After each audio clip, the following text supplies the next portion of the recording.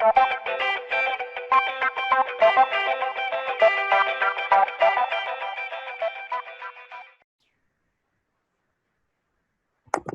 ¿qué tal, hermanos? Muy buenas noches.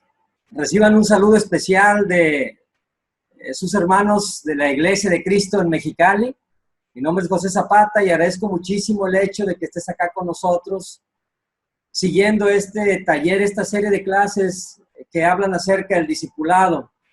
Hacemos un recuento rápido. En nuestra primera clase hablamos de que el discipulado es una relación. La segunda clase hablamos de que el discipulado es un mandato. En la tercera clase hablamos de discipulado del Padre. La semana pasada discipulado del Hijo y hoy hablaremos acerca de discipulado del Espíritu Santo. Y quiero decirte, el propósito de este sermón no va a ser definir el Espíritu Santo, su obra, así como de una manera amplia o exhaustiva. Tampoco vamos a hablar de la Trinidad y de cómo se relacionan el Padre, el Hijo y el Espíritu. Pero lo que hablaremos en esta noche es de cómo nos relacionamos con Él de manera personal. Es cómo le percibimos en nuestro contexto de vida, cómo trabaja, cómo opera, cómo obra el Espíritu Santo en cada uno de nosotros. Recordemos que estamos hablando justamente y vamos a hablar del Espíritu Santo en el contexto de discipulado, y aunque suena algo raro, aunque suena o no suena tan familiar este término de que el Espíritu Santo disipule mi vida, pero te vas a dar cuenta que si lo hace de manera constante, clara y permanente. Hay un comentario de Jonathan Edwards acerca de la Trinidad que dice lo siguiente, dice: Dios, el Padre, traza la salvación y provee al Salvador. Cristo, el Hijo, lleva a cabo la salvación y paga el precio. El Espíritu Santo confirma y aplica la salvación. Y eso es de lo que hablaremos en este tiempo. Quiero mencionar, en el Nuevo Testamento, hay N cantidad de ocurrencias donde aparece el Espíritu Santo, pero aparece 56 veces en los Evangelios, 57 veces en el libro de los Hechos solamente, 112 veces en las cartas de Pablo y 36 veces en el resto del Nuevo Testamento. Su operación o su obrar en el Antiguo Testamento, pues dice Isaías 63, versículo 11, que estaba en medio del pueblo de Dios, y dice Éxodo 31:3, que capacitaba a ciertos hombres para tareas especiales. Lo mismo dice Jueces 6:34 y Jueces 11:29. Entonces, antes que nada, veamos dónde estamos parados en cuanto a nuestra comprensión del Espíritu Santo que nos fue dado cuando nos volvimos al Señor. Importantísimo es tomar en cuenta estos fundamentos, estas bases para la predicación de esta noche. La primera de ellas es que nosotros, cuando nos convertimos al Señor, cuando nos volvimos a Cristo, cuando le hicimos Señor y Salvador nuestro, nosotros recibimos el Espíritu Santo. Ese sello, esa garantía, esa herencia, esas arras, así entre otros calificativos, son los que tiene el Espíritu Santo. Entonces, todo hombre salvo, toda mujer salva que se ha convertido, tiene el Espíritu Santo. Y veremos, según dice el Evangelio de Juan, por cuánto tiempo, ¿no? Pero vayamos directamente a Juan 14, del 15 al 17. Quiero leerlo para ti. Juan 14, del 15 al 17. Dice la Biblia: si ustedes me aman, obedecerán mis mandamientos. Y yo le pediré al Padre y Él les dará otro consolador para que los acompañe siempre. El Espíritu de verdad, a quien el mundo no puede aceptar porque no lo ve ni lo conoce. Pero ustedes sí lo conocen porque vive con ustedes y estará en ustedes. Jesús está hablando con sus discípulos. Es un tiempo crucial, un momento único. En Juan capítulo 13, Jesús había pasado el tiempo con sus discípulos en el aposento alto, les había lavado los pies, les enseñó acerca de la humildad, del amor, acerca del servicio, el servir, y les preparaba justamente para la muerte inminente que estaba por vivir unos días más adelante. Ahora bien, dice aquí Jesús que Él les enviaría otro consolador para que les acompañe siempre. Les enviaría otro consolador para que les acompañara siempre. Te quiero preguntar, ¿has pensado alguna vez en la importancia de que ese otro consolador es igual a Cristo? Es igual a Él. En este momento quiero que imagines lo que era para los discípulos de Jesús tener a Cristo en físico, tener a un Jesús que podían ver, que podían palpar, a un Jesús del cual podían verle sonreír, verle hacer milagros, verle comer, podían de alguna manera ver sus actitudes, su respuesta, o sea, cómo se comportaba, ¿verdad? Podían tener a su consolador personal ahí cerca. Y definitivamente tener cerca a Cristo te da mucha seguridad, te da mucha confianza, porque si Jesús da una dirección, esa dirección es correcta. O sea, ahí no hay falla porque viene de sus labios. No hay para dónde darle vuelta, es una dirección también directa. O sea, no podríamos mal interpretar lo que Jesús nos dijera en torno a una dirección. Entonces, eso suena increíble, tener a Jesús cerca de nosotros. Nadie podría negar ese beneficio de tenerles guiándoles y capacitándoles en cada paso del camino que los discípulos de Jesús estaban recorriendo. Ahora bien, la mayoría de nosotros, y posiblemente también, según vemos, pasó con los discípulos, solemos pensar que no hay mejor que eso. O sea, no hay mejor que tener a Cristo de manera presencial, que tenerlo físicamente. Y bueno, no hay mejor que tener un Jesús de carne y hueso. Pero ese mismo Jesús de carne y hueso es el que dice, yo me voy a ir y si no me voy, no puedo enviarles al Consolador, a otro igual que yo. Pues quien está diciendo me voy, ustedes se quedan, pero les envío un Consolador, es justamente nuestro Señor Jesús. Pero claro, o sea, al decirnos que va a enviar otro Consolador, nos pone un desafío muy fuerte frente a nosotros. Porque ahora nos está invitando a relacionarnos espiritualmente con ese otro Consolador. La cosa es que ese otro Consolador no podemos verlo.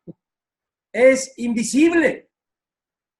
Piensa por un momento en el impacto de esa promesa que estaba declarando nuestro Señor Jesús. ¿Cómo impactaría el corazón de los discípulos? Incluso cómo impactaría su fe. Esto pone inseguro a cualquiera. Una nueva relación con alguien que no vemos. Quizá los discípulos ya de una manera hasta tierna, ¿verdad? Y le dirían a Jesús, oye Jesús, mejor quédate tú, hombre. Ya te conocemos, ya no la sabemos, ya hemos caminado juntos casi 3 años. Ya sabemos cómo trabajas. O es más, mira, vamos a hacer una oferta mucho mejor. Quédate tú y que se venga el otro también. Y esto va a ser incluso más poderoso. Si la ayuda que nos diste tú de manera física y presencial ha sido muy grande y este otro es igual que tú en clase o es igual que tú exactamente en la misma esencia, pues esto sería grandioso. Pero los discípulos no entendían que si Jesús no iba a poder enviar también a ese consolador que les estaba prometiendo. Juan 16, versículo 7 dice lo siguiente, pero les digo la verdad, les conviene que me vaya porque si no lo hago, el Consolador no vendrá a ustedes. En cambio, si me voy, se lo enviaré a ustedes. Piensa por un momento, ¿cómo podría ser mejor cambiar a un Jesús humano, un hombre con el cual podías hablar, comer, comunicarte, tener diálogos, escuchar su forma de pensar, etcétera, etcétera, por un espíritu a quien no podías ver físicamente. Miles de años después, creo que la mayoría de nosotros también escogería a un Jesús físico antes que a un consolador espiritual, antes que al Espíritu invisible, al Espíritu Santo. Y esto nos trae una pregunta importantísima, preguntas que yo me he estado realizando en estas últimas semanas mientras he estado recogiendo material, mientras he estado estudiando la Biblia, porque definitivamente lo pienso ahora y digo, sí, o sea, es un desafío poder relacionarme con el Espíritu Santo. Hay muchas preguntas que vienen a mí, pero la primera de ellas para situarme y para ver dónde estoy en mi relación de discipulado con el Espíritu Santo es la siguiente, y nos aplica absolutamente a todos. ¿Qué hacemos con el hecho de que Jesús dice que es mejor para sus seguidores tener al Espíritu Santo? Te quiero preguntar, ¿realmente le crees eso a Jesús? Si es así, te quiero preguntar, ¿refleja tu vida esa creencia? ¿Sabes una cosa? O sea, podría relacionarnos con Dios, el Padre, de alguna manera es sencillo, es muy sencillo. Vas a la Biblia, vas a las Escrituras, ves todo lo que hizo. Dios, le oras, le clamas, le buscas, le pides perdón, le agradeces, etcétera, etcétera. Lo mismo pasa con Jesús. Y quiero ser como tú, y gracias por tu palabra, por tu sacrificio, la forma en que oraste, la forma en que enseñaste, la forma en que enfrentaste los desafíos de fe. Es sencillo. Pero, ¿y con el Espíritu Santo cómo nos relacionamos? Te quiero preguntar, ¿has podido relacionarte de manera significativa con ese otro consolador llamado Espíritu Santo? Es más, ¿sabes de qué manera disipula tu vida? ¿Qué tan atento estás a su obra en ti y alrededor de ti? ¿Cómo sabes que estás siendo obediente o desobediente a Él? Hermanos, Cristo ganó la salvación para nosotros. Cristo nos justificó y nos colocó en una posición de santidad. Y somos santos gracias a su santidad, a su sacrificio. Nos son atribuida la justicia de Cristo, nos es atribuida la santidad de Cristo. Posicionalmente somos santos, no lo ganamos, lo ganó Cristo. Pero, aunado a ello, cuando fuimos salvados también, recibimos el Espíritu Santo. Y el Espíritu Santo nos ayuda a vivir en santidad en el presente. Fuimos salvados en el pasado. El Espíritu Santo nos ayuda a vivir en santidad en el presente, en el día a día. Todo esto con la meta de ser más como Jesús, de honrarle y darle gloria al Padre. No es cosa menor esto que estamos mencionando ahora, porque incluso déjame decirte que hay algunos que piensan que estamos experimentando un ateísmo del Espíritu Santo. Dice un comentario lo siguiente: muchos de los cristianos rechazan, aunque de manera indirecta y quizás inconsciente, la divinidad del Espíritu. Piensan, planean y actúan como si el Espíritu Santo no existiera y no tuviera influencia en sus vidas. Ateísmo del Espíritu Santo. En otras palabras, en términos más prácticos, sería como decir, mira, tenemos al Padre y tenemos al Hijo y nunca le hemos batallado. O sea, en términos prácticos, la hacemos con ellos. Si opera, si trabaja, si hace, si obra, el Espíritu Santo, pues más o menos no hace la diferencia.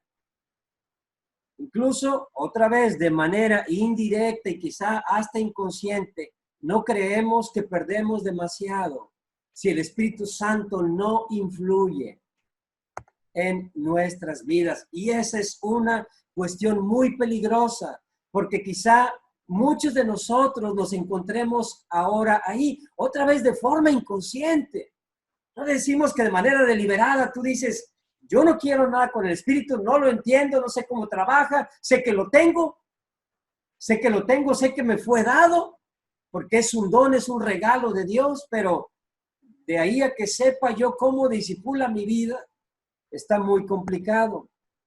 Tres cosas que quiero mencionarte que hace el Espíritu Santo. Hay N cantidad de cosas, ¿verdad? Y de formas que trabajó al inicio de la iglesia, mientras la iglesia iba siendo establecida y confirmada. Cosas sorprendentes. Pero yo solo quiero mencionar tres que están relacionadas con el discipulado del Espíritu Santo a nuestras vidas. Porque el interés acá es que al final de esta clase, al final de esta predicación, tú tengas, pero muy por encima, que tú terminamos esto y vas y buscas, vas y lees, vas y profundizas. Se despierta en tu corazón un interés por buscar el discipulado del Espíritu Santo. Se despierta en tu corazón un interés de estar abierto, de estar atento, de estar fino para captar cuando Él está trabajando en tu vida. Punto número 1, tres cosas, ¿verdad? La primera de ellas, el Espíritu Santo intercede por nosotros y nos instruye. Juan 14:26 dice, pero el Consolador, el Espíritu Santo, a quien el Padre enviará en mi nombre, les enseñará todas las cosas y les hará recordar todo lo que les he dicho. Enseñará y hará recordar el Consolador. Bueno, ¿qué hace el Consolador? El Consolador, básicamente el sentido de esa palabra, dice aquí un software bíblico, dice, ¿quién es? Es una persona que actúa como vocero, representante de la política, de la política, propósito o causa de alguien más, especialmente ante un juez en un tribunal. O sea, el Espíritu Santo, el Consolador, es un ayudador, es un mediador, es un abogado. Hay una traducción en la Biblia que le traduce justamente como ayudador, pero también algo así como abogado, ¿verdad? Y se refiere a un asistente legal en un tribunal que defiende el caso de alguien ante el juez. Cuando Jesús estuvo en la tierra, Jesús fue el medio para que los creyentes interactuaran con Dios. Jesús fue el medio para restaurar, para restablecer la relación que por causa del pecado, nosotros como hombres y mujeres habíamos perdido con Dios el Padre. El pecado nos impedía hablar directamente con Dios, pero gracias a Cristo, hoy podemos tener relación con Dios. Ahora bien, pero ¿qué hay del Espíritu Santo? Pues el Espíritu Santo es enviado para hacer el mismo trabajo. Él también es ayudador, Él también es mediador, Él es consolador. Pero Él lo hace justamente en otro proceso y en otra etapa, que es la de la santificación, es la de parecernos más a Cristo, ser más santos cada día, reflejar su gloria en cada tiempo y en cada momento. Es hacernos cada vez más espirituales para el Señor. Dice también que les enseñará. Y la Biblia nos presenta al Espíritu Santo como un maestro. Y el sentido de enseñar es impartir habilidades o conocimientos. Enseñar, impartir habilidades o conocimientos es instruir. 1 Corintios 2, versículo 12 dice, nosotros no hemos recibido el Espíritu del mundo, sino el Espíritu que procede de Dios, para que entendamos lo que por su gracia Él nos ha concedido. Entonces el Espíritu Santo nos ayuda a entender lo que por La gracia de Dios, Él nos ha concedido. Nos trae ese entendimiento y nos enseña. El gran desafío para nosotros, uno podrá decir, bueno, sí, sabemos que el Espíritu Santo es el consolador, el que ayuda, el mediador, el abogado, también que enseña. Quizá esto despierte preguntas como, bueno, pero aboga por mí de forma directa porque así lo quiere, porque esa es su labor, o yo tengo que pedirle que abogue por mí. O quizás ambos. En cuanto al enseñar, ¿cómo sé que me está discipulando o enseñando? ¿Cómo sé que el Espíritu Santo le está trayendo una instrucción a mi vida? ¿Cómo detecto que está ministrando mi corazón? Hermanos, y esas son preguntas legítimas, porque no es normal relacionarnos con Él, porque no lo vemos. Porque no lo vemos. El Espíritu Santo, dice la Biblia, es una persona. Y dices, bueno, y como no lo vemos, pues podemos empezar a relegarlo porque creemos no ocuparlo tanto. Y decimos, bueno, déjalo ahí de reserva, en algo ha de servir más adelante. Por lo pronto, céntrate en Dios y céntrate en Cristo Jesús.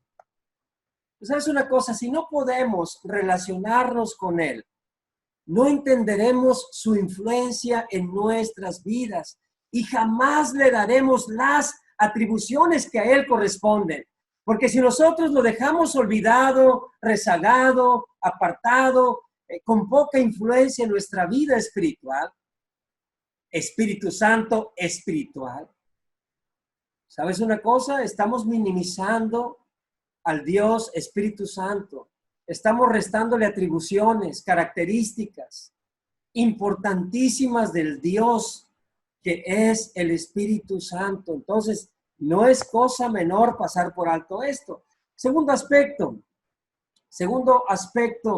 y acción del Espíritu Santo, nos convence del pecado. Nos convence el pecado. Juan 16:8 dice, y cuando Él venga, convencerá al mundo de su error en cuanto al pecado, a la justicia y al juicio. En cuanto al pecado, porque no creen en mí. En cuanto a la justicia, porque voy al Padre y ustedes ya no podrán verme. Y en cuanto al juicio, porque el príncipe de este mundo ya ha sido juzgado. ¿Qué hace el Espíritu Santo? Convence al mundo de su error en cuanto al pecado, a la justicia y al juicio. Lo convence en cuanto al pecado. Básicamente, la palabra convencer significa exponer, reprobar, corregir. El sentido es reprender, amonestar y convencer. Pero bueno, otra vez estamos hablando de relacionarnos con el Espíritu Santo. ¿Cómo saber que es Él quien me está mostrando alguna falta en mi vida? ¿Cómo saber que es Él quien está discipulando mi pecado? Es una pregunta otra vez válida y es una pregunta genuina, es una pregunta honesta y que definitivamente nosotros en nuestro andar diario necesitamos resolver. ¿Cómo saber que no estoy teniendo un pensamiento humano en cuanto a una situación o que ese pensamiento que tuve fue humano y yo se lo estoy atribuyendo al Espíritu Santo? Un tercer aspecto que hace el Espíritu es que dice la Biblia que guía nuestras vidas. Guía nuestras vidas. En Romanos 8:14 dice, porque todos los que son guiados por el Espíritu de Dios son hijos de Dios. Todos los que son guiados por el Espíritu de Dios son hijos de Dios. Y cuando habla de los hijos de Dios, habla de aquellos que han nacido de Él. Y los que han nacido de Él recibieron el Espíritu Santo y entonces ese mismo Espíritu es el que los va a guiar. O sea, Él guía nuestras vidas. La palabra guiar, también en este software bíblico, básicamente significa guiar, traer, llevar. Realizar voluntariamente una acción o curso de acción debido al efecto de una influencia moral o espiritual. En otras palabras, cuando hablamos del Espíritu y cuando hablamos del Espíritu Santo es en relación a temas morales y obviamente a temas espirituales. Y decimos a temas morales porque esto sí que es importante. Porque cuando el Espíritu Santo obra, siempre va a obrar cosas que estén acordes, que estén en paralelo, que se sujeten a la palabra de Dios. Que se sujeten a la palabra de Dios, que estén de acuerdo, que concuerden. Que guarden una relación muy estrecha. En otras palabras, cuando el Espíritu Santo te guíe, vas a encontrar que te va a guiar siempre a cosas nobles, a cosas espirituales, te va a guiar a servir, te va a guiar a dar, te va a guiar a amar con un amor voluntario, consciente, espiritual, sacrificial. Te va a llevar a ser generoso, a ser desprendido, a ser honesto, a ser justo, a ser recto. O sea, en cada decisión que tú vayas a tomar y en cada andar de tu vida espiritual, van a ser cosas morales. Van a ser cosas morales. En algún momento, esto es bien interesante, pero incluso puede ser mientras estás orando, puede ser mientras estás ayunando, puede ser mientras vas manejando, mientras estás caminando, mientras vas corriendo, mientras tienes por ahí puestos tus audífonos, estés haciendo cualquier actividad que estés llevando a cabo, el Espíritu Santo puede estar trabajando. Pero ojo, en cuanto a esto, siempre te va a dirigir y te va a llevar a hacer cosas que son moralmente correctas, a cosas que son moralmente correctas, a cosas que tienen el carácter y que pueden calificarse o tener el distintivo de espirituales. Por ejemplo, si tú estás orando y en tu oración el Espíritu Santo, en tu oración Dios pone en tu mente ciertas personas que no traías planeado orar por ellas. Ora porque el Espíritu Santo te está moviendo, te está llevando, lo está disponiendo. Si tú vas manejando en tu auto, y esto es especial porque escuchaba un testimonio de una hermana hablando de la clase pasada, diciendo del Espíritu, perdón, hablando del discipulado del Padre, hablando del discipulado del Hijo. Hablaba de cómo pues ella estaba en alguna situación ahí personal complicada. De pronto dice que una hermana llega y toca su puerta y le dice, oye, traigo esto para ti. Ah, caray. Y ella dice, terminaba yo de orar y tenía esta necesidad ahí en mi vida, en mi familia, en mi persona. Pero dice que una discípula dijo, iba manejando y de pronto me paro en la tortillería y digo, caray, me hace que esta hermana ocupa esto y ponle esto otro.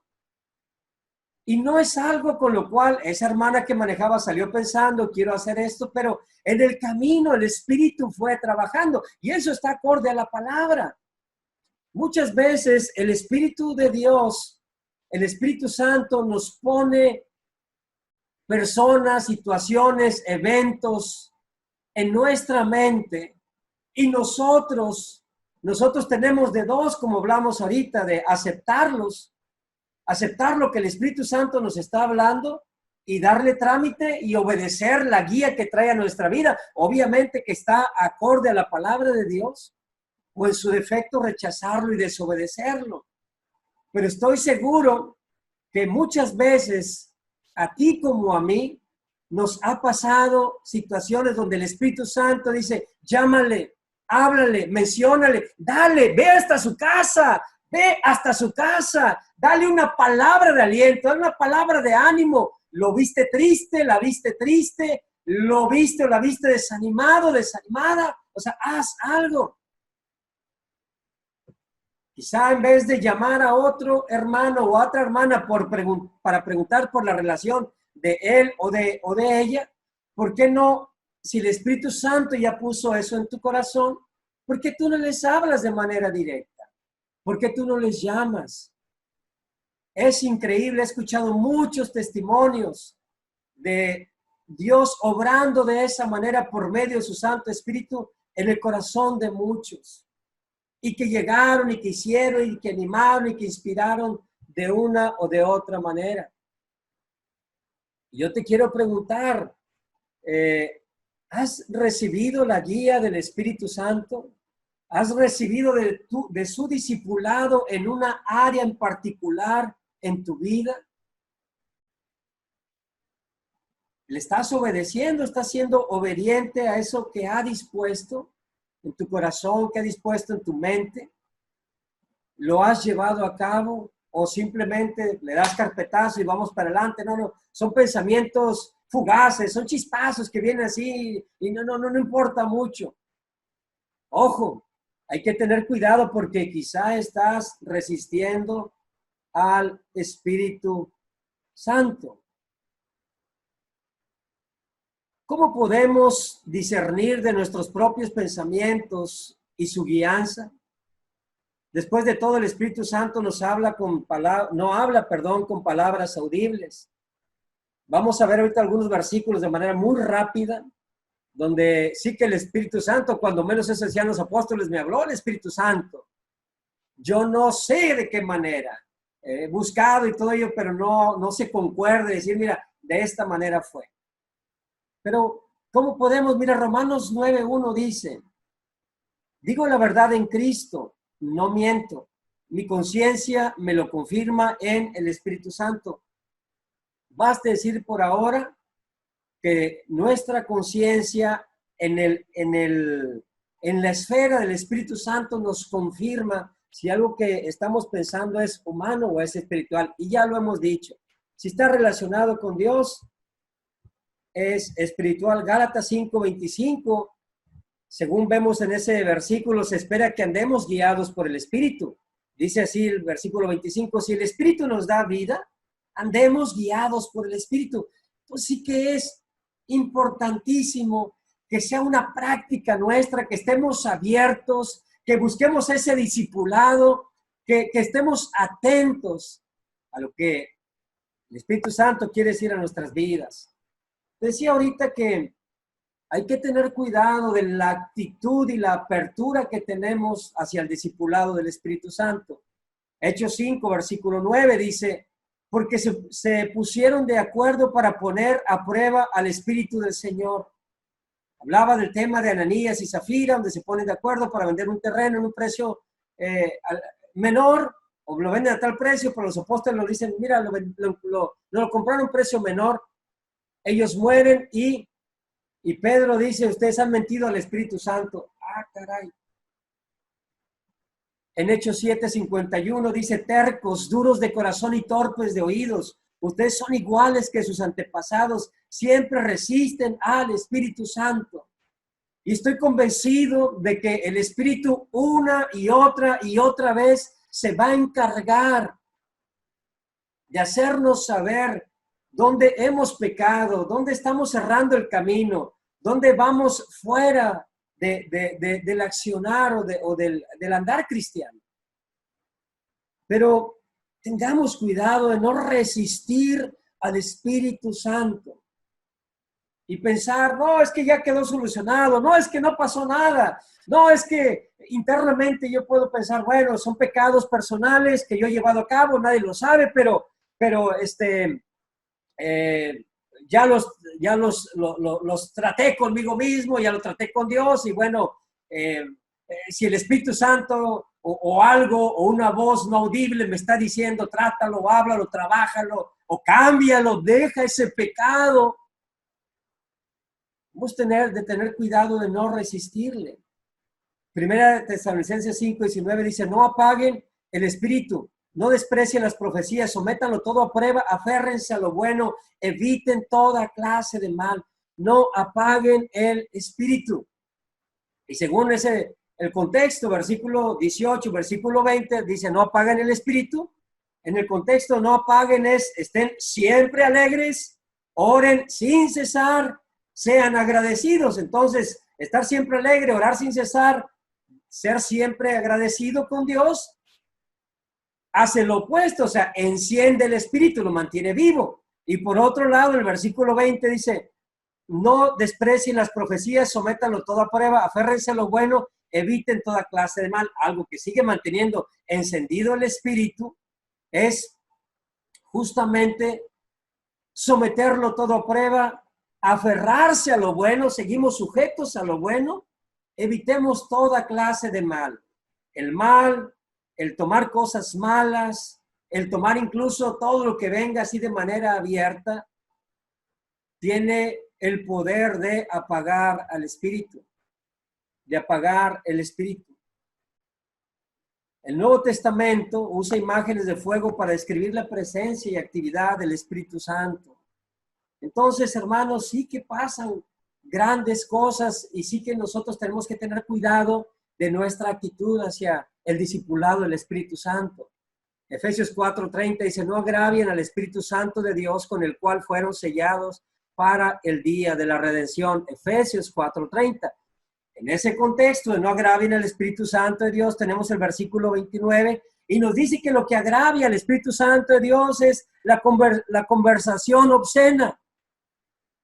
Lo que no lo agravia son palabras que contribuyen a la necesaria edificación y que son de bendición para otros. ¿Qué otras cosas agravian al Espíritu Santo? Dice el versículo 31, la amargura, la ira, el enojo, los gritos, las calumnias y toda forma de malicia. Algo que no lo agravia tampoco es, dice ahí, más bien sean bondadosos, compasivos unos con otros, perdónense mutuamente, así como Dios los perdonó a ustedes en Cristo.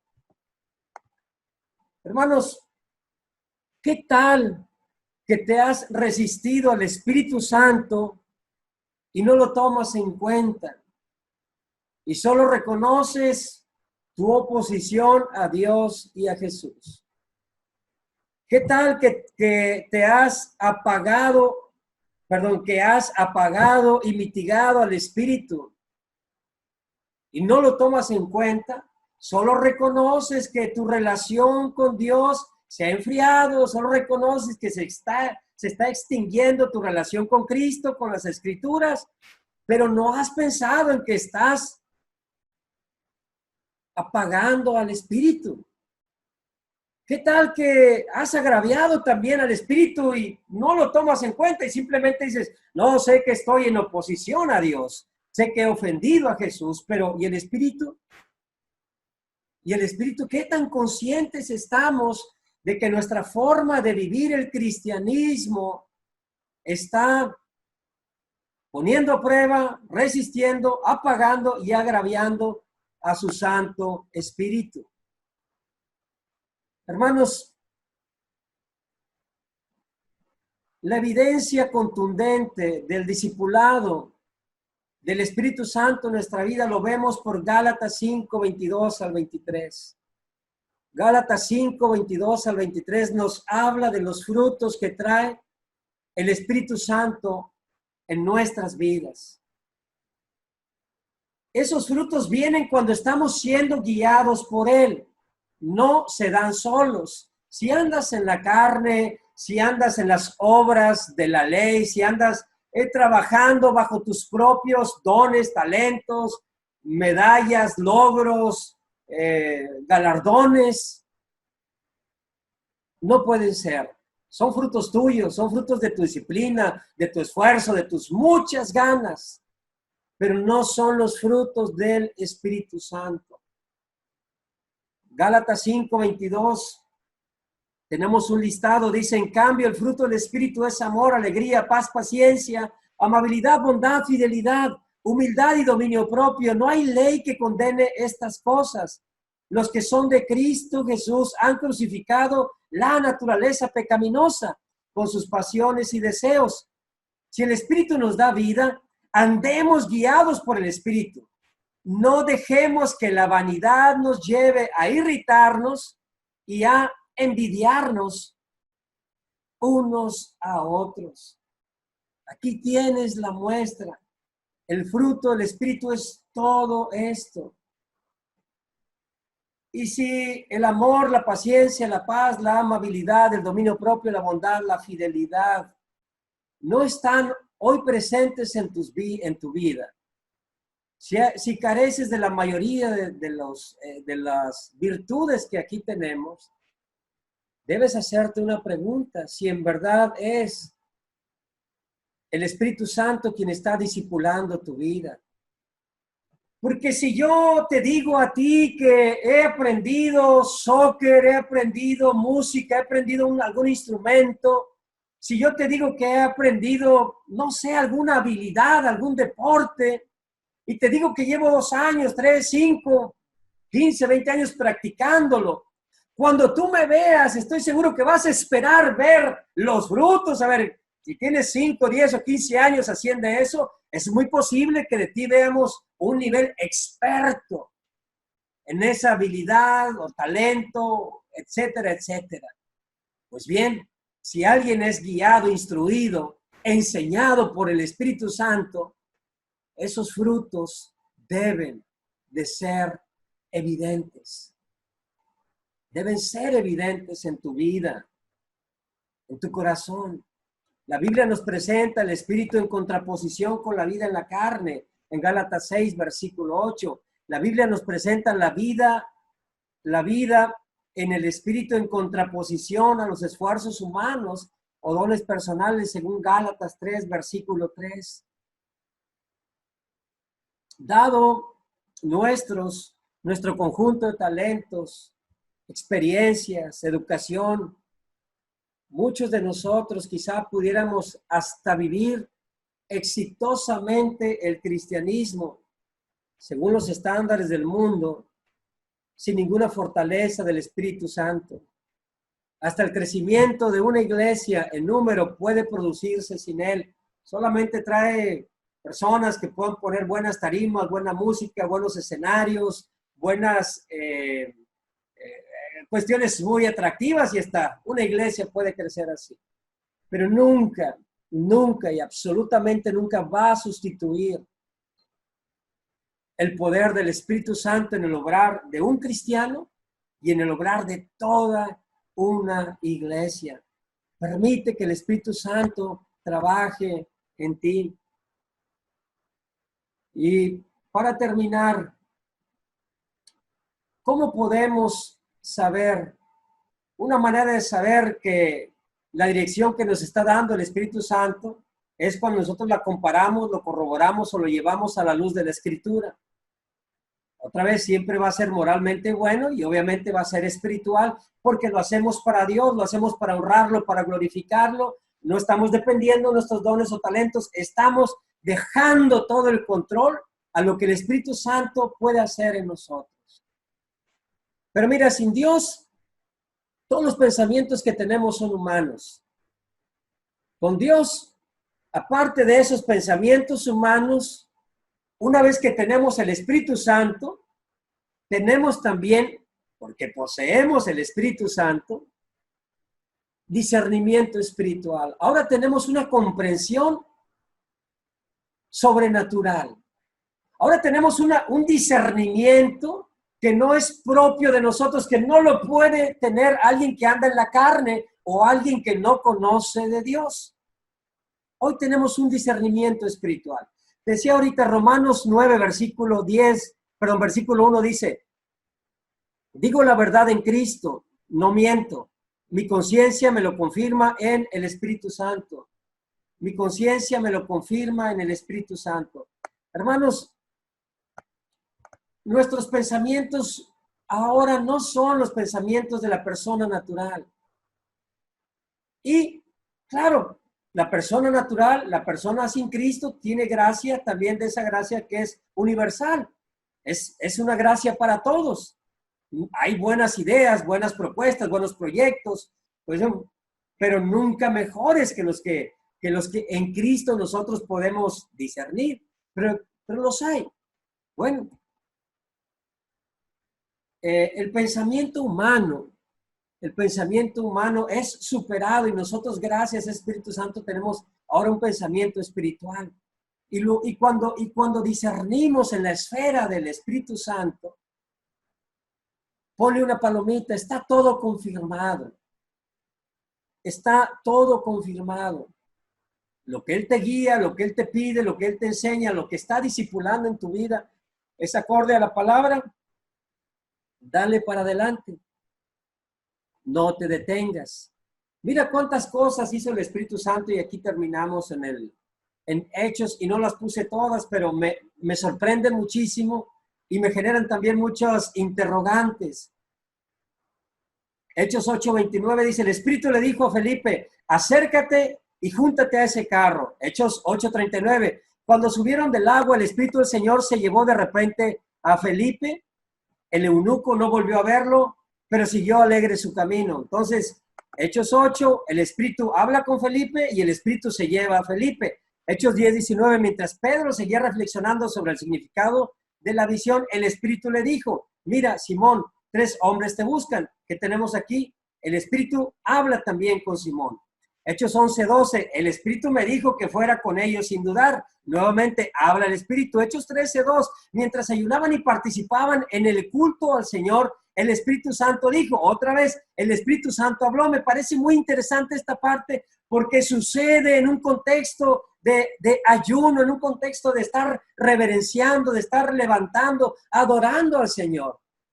Entonces, lo que viene de ahí, lo que de ahí se escucha, es la obra del Espíritu Santo. Creo de manera muy personal que es ahí donde más se valida, donde se pule, donde pasan los filtros más puros. Una decisión o una guianza que nosotros estamos tomando. Contexto de ayuno y contexto de oración, contexto de estar reverenciando al Padre. ¿Y qué hace aquí el Espíritu? Habla y aparta. Dice, quiero a Bernabé y a Saulo para el trabajo que los he llamado. Él tiene un trabajo, él tiene una misión, él tiene un llamado también. Muchas de las cosas que hace el Padre y muchas de las cosas que hace el Hijo. Hechos 13, versículo 4, Bernabé y Saulo, enviados por el Espíritu Santo, bajaron a Seleucia y de allí navegaron a Chipre. Otra vez enviados, como Jesús también envió apóstoles, envió a sus discípulos. Hechos 15:28, nos pareció bien al Espíritu Santo y a nosotros no imponerles a ustedes ninguna carga aparte de los siguientes requisitos. ¿Qué tenemos aquí? Nos pareció bien al Espíritu Santo y a nosotros. Lo que tenemos aquí, o sea, uno pudiera pensar, bueno, que se pusieron a dialogar los apóstoles con el Espíritu Santo, se hablaron y dijeron, a ver, pongamos la situación sobre la mesa. O sea, ¿qué podemos pensar? Que si alguno de ellos no estaba de acuerdo y algunos, los discípulos, los apóstoles, que quizá dijeran, hey, Espíritu Santo, no estoy de acuerdo. No, pero lo que dijeron es que en ese Romanos 9:1, mi conciencia me lo confirma en el Espíritu Santo, es que lo que ellos pensaron, lo que tenía calidad de bueno, fue sellado y confirmado por el Espíritu Santo.